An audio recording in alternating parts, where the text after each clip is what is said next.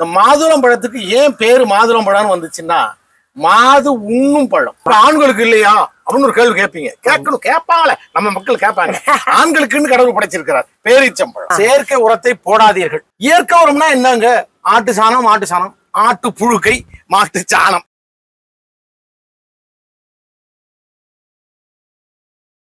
Anitha Pushpavanam Kuppusamy Viha YouTube channel அன்பர்கள் அனைவருக்குமே அன்பான வணக்கம். வணக்கம். இன்றைக்கு மொட்டை மாடியில் நீ இருக்கோம். நிறைய பேருக்கு மொட்டை மாடி தோட்டம் எப்படி வைக்கணும்ன்ற ஒரு சந்தேகம் இருக்கு.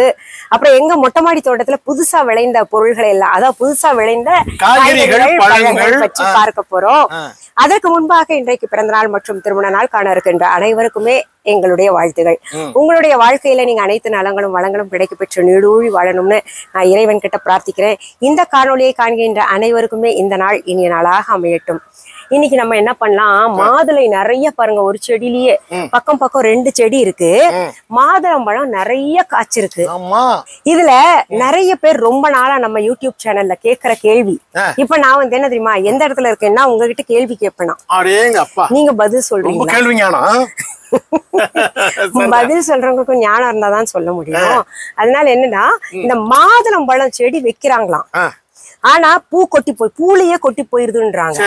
இப்ப நமக்கு பாருங்க நிறைய பழம் வச்சிருக்கீங்க பாருங்க. ஆமா, ஒரு 4 கிலோ எடுக்கலாம். அந்த அளவுக்கு இந்த செடி ஃபுல்லாவே பழங்களா இருக்கு பாருங்க.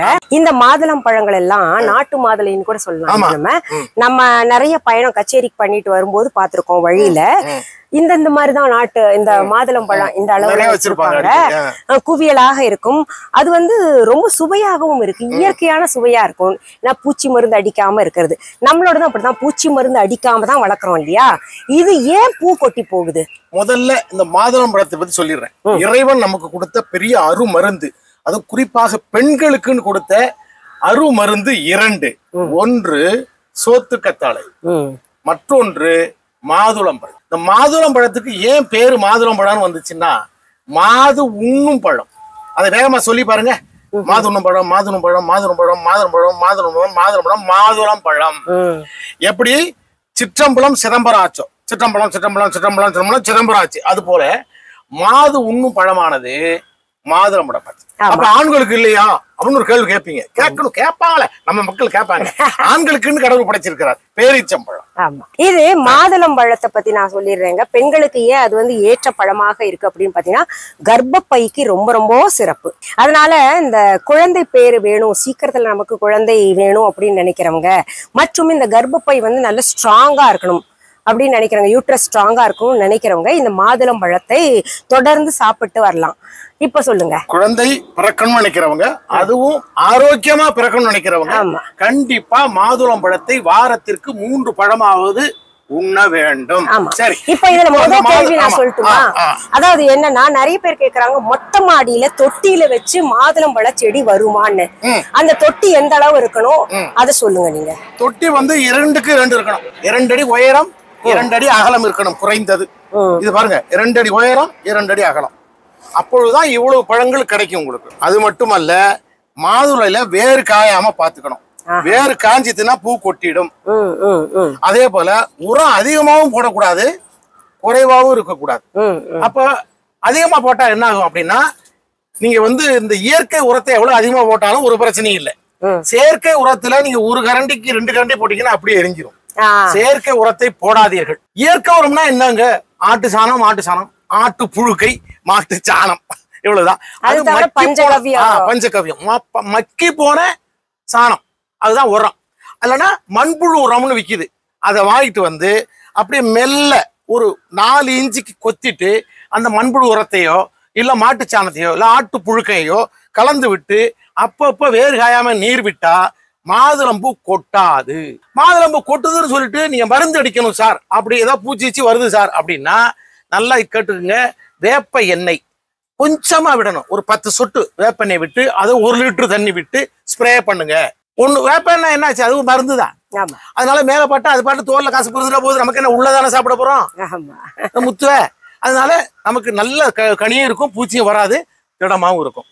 ஆனா நீர் நீங்க வந்து 1 நாள் விட்டு 2 நாள் விட்டு காய விட்டு நீங்க நீர் விட்டால் மாதுளை பூ வைக்காது கொட்டிவிடும். ரொம்ப வேர் காயக்கூடாதுன்னு சொல்லியிருக்காருங்க. அதுக்காக வேர் காய்ஞ்சு போச்சா இல்லையான்னு நோண்டி பார்க்காதீங்க.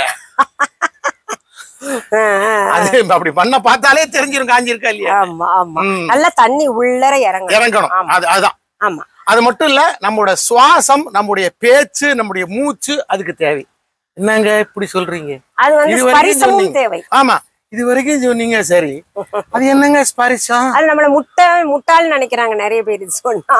நீங்க அது முட்டாள்தனமா இருக்கு நான் பேசுறது. இந்த செடிக்கு நம்முடைய ஓசைகளை உள்வாங்கும் உணர்வு இருக்கிறது. இப்ப நீங்க ஓசை எப்படி நீங்க கேக்குது உங்க காதுக்குன்னா, காற்று வெற்றிடத்தில் ஒலி பரவாது. இது உங்க சயின்ஸ் தெரியுமில்ல உங்களுக்கு.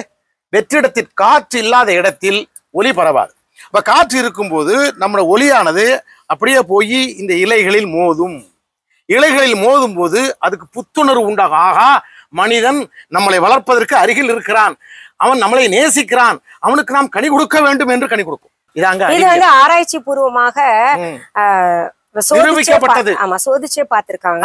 அதாவது செடி நல்லா வளரணும்னு சொல்லிட்டு அதுல நிறைய காய்க்கணும் அப்படின்னு என்ன பண்ணிருக்காங்க, இந்த வாத்தியங்கள் எல்லாம் நாதஸ்வரத்தை போட்டிருக்காங்க, மிருதங்கம் எல்லாம் கூட வாசிச்சு பார்த்திருக்காங்க. அப்படி வாசிச்ச செடிகள்ல நிறைய பூத்து குலுங்கி இருக்கு, நிறைய இருந்திருக்கு. இப்போ அதற்கு உதாரணமா சொல்லணும்னா, சாலை ஓரங்கள்ல இருக்கக்கூடிய மரத்துல பாத்தீங்கன்னா நிறைய காய்கறி, புளிய மரம், முருங்கை மரம் பாத்தீங்கன்னா சாலை ஓரங்கள்ல இருக்கிற அந்த சாலை ஓரத்துல இருக்கிற சப்தத்துல, அந்த வண்டி சத்தம், மனுஷங்க போகும்போது பேசுறது வர்றது, அந்த சத்தம் இருக்கு இல்லைங்களா, அதுல வந்து நிறைய காய்ச்சி இருக்கும். அதுவே உள்ள தனியா இருக்கும்போது பாத்தீங்கன்னா தனிச்சு விடப்பட்ட மாதிரி இருக்கும் இல்லையா.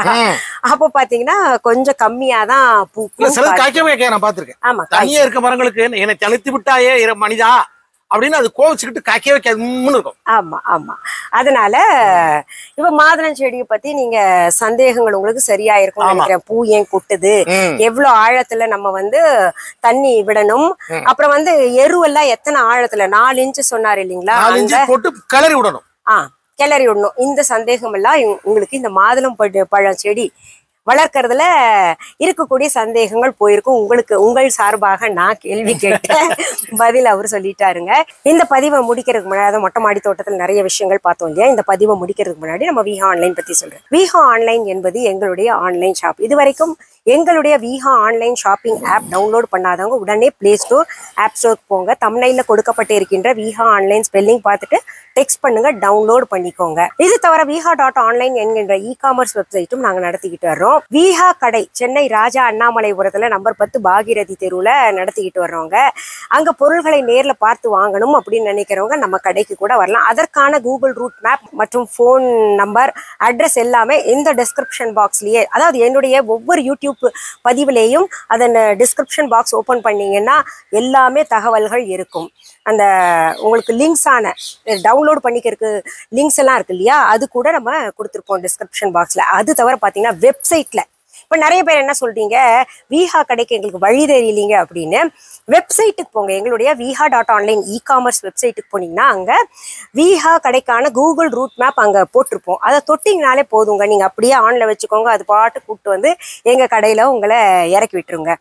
இப்போ நீங்க இங்க மொட்டை மாடி தோட்டத்துல நிறைய செடிகள் பாத்தீங்களா, அதற்கான விதைகள் மற்றும் இந்த கருமஞ்சளுக்கான கிழங்குகள் எல்லாமே பாத்தீங்கன்னா நம்ம விஹா ஆன்லைன்ல கிடைக்குது. நீங்க வந்து ஆர்டர் பிளேஸ் பண்ணா கூட உங்களுக்கு நீங்க உலகத்தில் எந்த மூலையில இருந்தா கூட எங்களுடைய பொருள்கள் அனைத்துமே உங்க வீடு தேடி வரும். இன்னொன்று முக்கியமான செய்தி சொல்றேன், எங்களுடைய viha.online இ-காமர்ஸ் வெப்சைட் தவிர, எங்களுடைய விஹா ஆன்லைன் ஷாப்பிங் ஆப் தவிர, எங்களுடைய விஹா கடையை தவிர எங்களுடைய பொருள்கள் வேற எங்கேயுமே கிடைக்காது. நிறைய பேர் இப்ப பாத்தீங்கன்னா, நான் அந்த ஏதாவது ஒரு செடிக்கு விதைக்காக நான் பேசுறதுங்க, அதை அப்படியே கட் பண்ணிட்டு அவங்க ஒரு பொருள் விற்கணும்னா அதுல வந்து ஆடியோ கொடுத்துடுறாங்க, இல்லாட்டி வீடியோவோடய போடுறாங்க. அதெல்லாம் பாத்தீங்கன்னா நான் யாருக்கும் ஆட் பண்றதே கிடையாது, எங்க பொருள் தவிர பண்றது கிடையாது. அதனால நீங்க ஏன்னா எங்க பொருள் எல்லாம் இப்ப கொஞ்சம் நல்ல பேர் வாங்கிட்டு வருது, என்னோடது நினைச்சு வாங்கிட்டு எங்கேயும் ஏமாந்துடக்கூடாது இல்லையா, அதுக்காக தான் திரும்ப திரும்ப ஒவ்வொரு பதிவுலையும் நான் சொல்லிக்கிட்டு இருக்கேன். சரி, மீண்டும் அடுத்தடுத்த பதிவுகள்ல உங்களை எல்லாம் சந்திக்கும் வரை நன்றி கூறி விடைபெறுவது அனிதா குப்புசாமி, புஷ்பவனம் குப்புசாமி.